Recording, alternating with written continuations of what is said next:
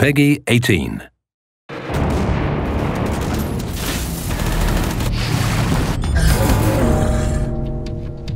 What really puts MachineGames on the map is that whilst we're making really strong narrative games, we give enough room to have the proper gameplay experience. So if you look at it from a scientific point of view, it's a fantasy, it's not real life. But from an emotional point of view, we want it to feel real. We want you to feel like you're there.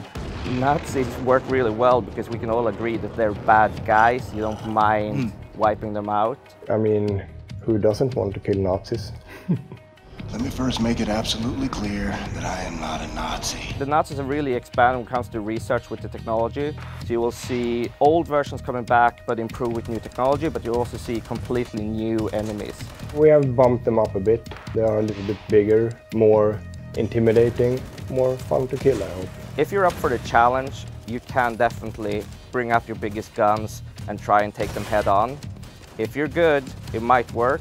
On the other hand, if you want to be more clever, maybe you want to find a vantage point, bring up a weapon that you attach a scope on, and maybe even a silencer, and start taking them out from afar.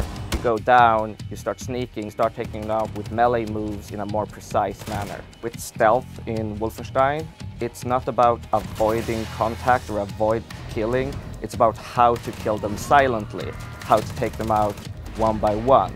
If it goes wrong, you can still just bring up two weapons and clear the room. Each combat scenario has one or two commanders, and those are the important targets. What we're doing now for New Colossus is to make sure that the commanders can call for reinforcement several times. I think the coolest thing we've done is that you can now dual wield freely. You can mix the weapons any way you want with left and right hand. I enjoy having like a precise silent weapon in one hand and then like my backup if shit breaks loose. This is my go-to, so I don't have to start switching weapon during combat. But you can also see people going with one long range and one close range. You know, you walk around the corner, you have your close range weapon ready. And some people just want two shotguns.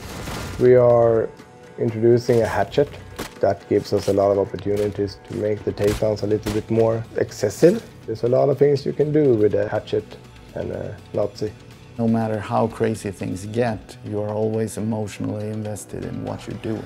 We don't want the player to just play BJ Blazkowicz. We want the player to feel like they actually are BJ Blazkowicz. For this game, our theme was catharsis. So at the end of it, I think you will be ready to go out on the streets and start a revolution. No!